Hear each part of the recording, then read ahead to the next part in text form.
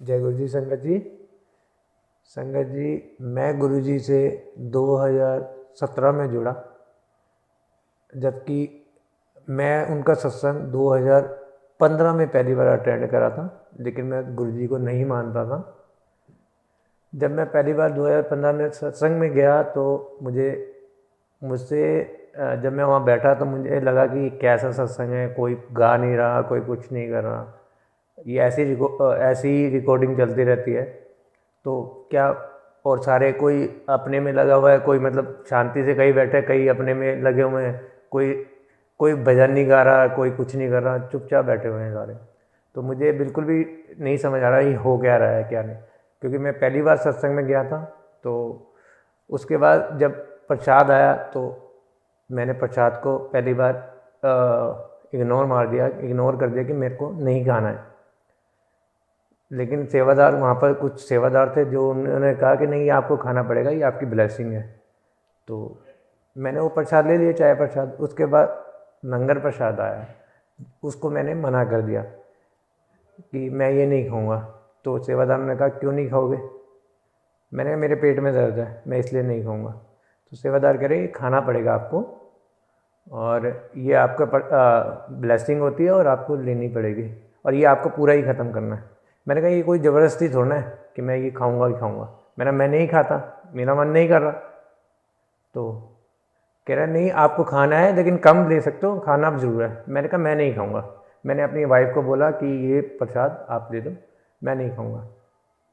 तो वाइफ ने कहा नहीं, ये आपको मिला, आप ही खाओगे, मैं नहीं खाऊंगी। तो उन्होंने फिर मैंने ज़बरदस्ती वो प्रसाद खाया, और खा के थोड़ा सा अपने आप ही उठा के बाहर फेंक दिया। सेवादार ने लेकिन मुझे बोला कि आपने ये प्रसाद क्यों फेंका? तो मैंने कहा मैंने पहले ही आपको कहा था कि मैं नहीं खाऊंगा। जब मैं गुरुजी से नहीं जुड़ा था, ना ही मुझे पता था गुरुजी के बारे में। 2017 में मेरा भाई मानने लगा था। तो उससे पहले मेरी जब शादी हुई थी 2014 में, तो भाई बहुत बीमार था। तो किसी अंकल ने उनको बोला कि चल मेरे साथ चल, आज तेरे को मैं कहीं लेके चलता हूँ। तो उन्होंने फिर वो कह रहे कि कहाँ जाना है? तो उन्होंने कहा मैं अभी जा नहीं सकता कहीं भी, और उसकी तबीयत भी ख़राब थी, उनको पीलिया हो रहा था। तो वो कहते मैं जा नहीं सकता। तो अंकल ने कहा एक काम कर, तू इस दिन मेरे घर पे आ जाइयो। किसी अंकल ने उनको कहा कि मेरे घर पे आ जाइयो। तो वो उनके घर में सत्संग करने गए। सत्संग में गए तो उन्होंने देखा कि यहाँ पर तो कोई बोलता भी नहीं और कुछ भी नहीं है। उनको भी विश्वास नहीं हुआ, और फिर वो उनको बड़े मंदिर ले गए। बड़े मंदिर में ले गए तो वहाँ पर भी उन्होंने देखा, उनको फिर भी थोड़ा बहुत विश्वास कम सा हुआ, उनको भी विश्वास नहीं हुआ। बट मेरा भाई, जब मेरी 2014 में शादी थी, उस वक्त मेरा भाई बहुत बीमार था। तो अंकल ने उनको एक दो सत्संग में बुलाया, और उसके बाद उन्होंने कहा ठीक हो जाओगे आप। काफ़ी डॉक्टरों को भी दिखाया था उनको, तो वो ठीक नहीं हो रहे थे।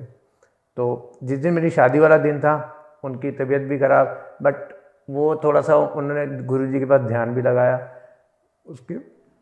तो वो रात को मेरी शादी में गए, बीमार होने के बावजूद शादी में गए। उन्होंने शादी में डांस करा। डांस करने के बाद वो घर पे आ गए। उनकी तबीयत फिर भी डाउन थी।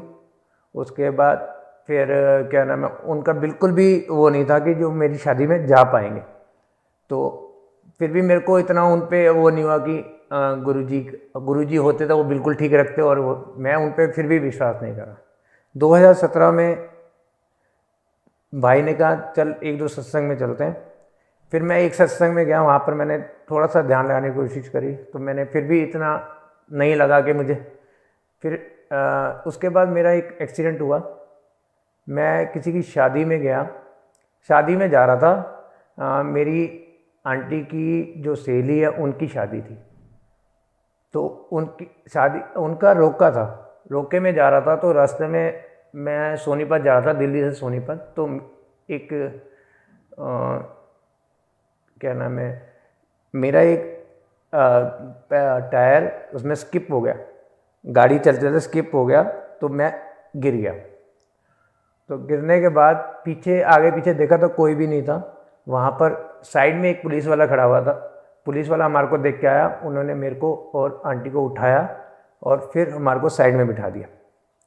उसके बाद और फिर वो कहता है कि डॉक्टर के पास चले जाओ, और वो चला गया वहीं से, हमारे को साइड में बिठा के चला गया पुलिस वाला। इतने में पीछे से एक गाड़ी आती है, गाड़ी वाला रोकता है और वो कहता है क्या हुआ अंकल? हमने कहा ऐसे ऐसे हमारी गाड़ी स्किड हो गई है तो मारे चोट लग गई है ऐसे ऐसे।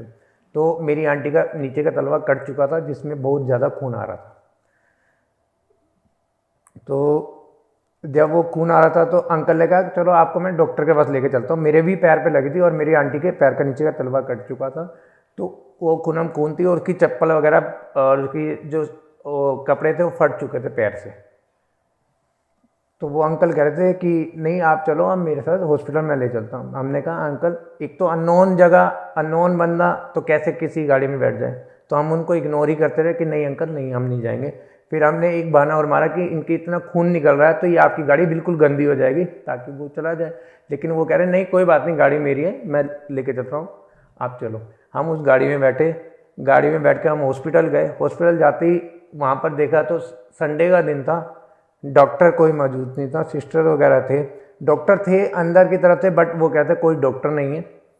जब हमने कहा, उन अंकल ने कहा कि इनके खून निकल रहा है, पहले इनका ट्रीटमेंट करूं। तो अंकल ने फिर उन्होंने कहा कि आपको वेट करना पड़ेगा, पेशेंट और भी है। उन्होंने कहा इनके खून निकल रहा है, इनकी दिक्कत ज़्यादा हो रही है, आप इनको पहले ट्रीट करो ना। इतने में मतलब अंकल ने शोर मचा दिया, जो अंकल हमारे को लेके गए थे। तो उनके बाद उन्होंने अंकल ने शोर मचाया तो वहाँ से डॉक्टर आ गए, कह रहे क्या बात होगी? तो उन्होंने कहा इनकी इतनी चोट लगी है, ये इनको देख नहीं रहे, कह रहे बाकी मरीजों को देखें उसके बाद इनका नंबर आएगा। तो उन्होंने डॉक्टर साहब आते ही उन्होंने कहा कि नहीं पहले इनका ट्रीटमेंट करो। उन्होंने पट्टी वट्टी बांधी, उनके पैर पे भी जो स्टिचेज आने थे, स्टिचेस तो नहीं आए लेकिन उनका पैर कट चुका था, उन पर जो बैंडेड वगैरह मतलब जो भी पट्टी वगैरह बांधनी थी उन्हें बांध बुन के उन्होंने कहा ठीक है। उसके बाद जब हम जाने लगे तो उससे पहले हमने उनको फ़ोन करा जहाँ हम जा रहे थे। हमने उन्हें बताया कि हमारा एक ऐसे ऐसे एक्सीडेंट सा हुआ है, तो आप एक काम करिएगा, हमारी जो जिस चीज़ हमारी स्कूटी है वो वहाँ खड़ी है, आप स्कूटी हमारे घर तक पहुँचवा देना। लेकिन वो कह रहे नहीं हम आ रहे हैं। वो जो जिनके यहाँ पार्टी थी उनके यहाँ से बंदे आए, उन्होंने कहा चलो अब हम आपको घर छोड़ के आते हैं। हमने उन्हें कहा नहीं आप घर जाइए क्योंकि आपके घर में पार्टी है, आप अपना काम करिए और हमारी स्कूटी बचा देना। इतने में जो बंदा हमारे साथ आया था, जो हमारे को लेके आया था, वो कह रहे नहीं मैं आपको घर ले जाऊँगा, आपके घर छोड़ के आऊँगा।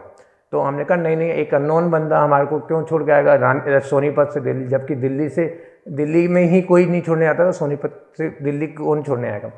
तो उन्होंने कहा नहीं मैं ही छोड़ के आऊँगा, कोई बात नहीं, मुझे कोई दिक्कत नहीं है, वैसे मेरे पास में ही घर है लेकिन मैं आपको छोड़ के आऊँगा। वो फिर हमारे को लेके चले और फिर जंगलों में से लेके चले। हमने कहा ये बंदा क्या है, हमारे तो चोट लग रही है, अगर वो हमारे को कुछ कहेगा भी तो हम कुछ कर नहीं पाएंगे। अननोन जगह से वो घूमता घुमाता पता नहीं कौन से जंगल में से लेके गया, शॉर्टकट मार के लेके गए, मुझे नहीं पता। और उसके बाद वो हमारे को घर छोड़ने आए। घर जब उन्होंने छोड़ा तो हमने उन्हें कहा कि आओ बैठो, क्या लोगे, चाय लोगे ठंडा? तो उन्होंने कहा मैं कुछ भी नहीं लूँगा, मैं बस घर जाऊँगा। पहले पानी दिया, फिर वो चाय नहीं ले रहे थे, हमने कहा चलो कोल्ड ड्रिंक मंगा लें। उन्होंने कोल्ड ड्रिंक एक घुटी ली थी और कहते बस मुझे और कुछ नहीं लेना। मैंने कहा अंकल आप एक काम करना, आप घर जा रहे हो, आप घर पहुँचो ना तो मुझे फ़ोन कर देना कि मैं पहुँच गया हूँ, क्योंकि कोई भी बंदा किसी को छोड़ने आ रहा है, इतनी हेल्प करने आ रहा है तो हमारा भी फ़र्ज़ बनता है उनसे पूछे। तो यहाँ से वो हार्डली 10 मिनट में उनका फ़ोन आता है और वो ये कहते हैं कि भाई मैं पहुँच गया। मैंने कहा अंकल क्यों मजाक करो, अभी 10 मिनट में रानी बाग से कोई सोनीपत नहीं पहुँच सकता, किसी भी हालत में नहीं पहुँच सकता, चाहे वो कितने भी एक्सपर्ट हो। वो कह रहा नहीं मैं पहुँच गया। मैंने कहा अंकल चलो ठीक है अंकल, आप अगर आप कह रहे हो तो पहुँच गए तो कोई बात नहीं। फिर वो लगातार मतलब वो उन्होंने मेरे से रात को भी बात करी एक बारी, फिर उसके बाद उनका कोई फ़ोन नहीं आया। फिर मैंने कहा अगली बार मैं उनको थैंक यू भी कह देता हूँ। अगले दिन मैंने 2 दिन बाद फ़ोन करा, उनका फ़ोन नहीं मिला, स्विच ऑफ जा रहा था। उसके बाद फिर मैंने हफ्ते बाद भी ट्राई करा, उनका फ़ोन स्विच ऑफ जा रहा था। उनका आज तक फ़ोन स्विच ऑफ आ रहा है। तो ये गुरुजी ही थे जो कि हमारे को बचाया, उन्होंने घर तक लेके आए। और ऐसा कोई भी नहीं है जो कोई इतनी दूर से कोई लेके आएगा। और आज उनका फ़ोन स्विच ऑफ है। उसके बाद मेरे को एक और गुड न्यूज़ मिली कि उसके बाद उन्होंने मेरे से, जब मैं रास्ते में आ रहा था, उन्होंने मेरे से पूछा कि आपका बेबी नहीं है? तो मैंने उनसे कहा हमारा बेबी नहीं है और हमारी शादी को 5 साल हो चुके हैं। तो उन्होंने कहा कोई बात नहीं, आप टेंशन मत लो, आपका बेबी हो जाएगा। और कोई ऐसे टेंशन मत लो, आप मेरे को फ़ोन करना। ऐसी बात हुई थी। तो उसके बाद मुझे पता चला मेरी वाइफ भी प्रेग्नेंट है। तो गुरुजी की इतनी ब्लेसिंग मेरे को मिल चुकी है। तो जय गुरुजी, शुक्राना गुरुजी। ऐसे ही गुरुजी सबको ब्लेस करते रहना और सबकी झोलियाँ भरते रहना। जय गुरुजी।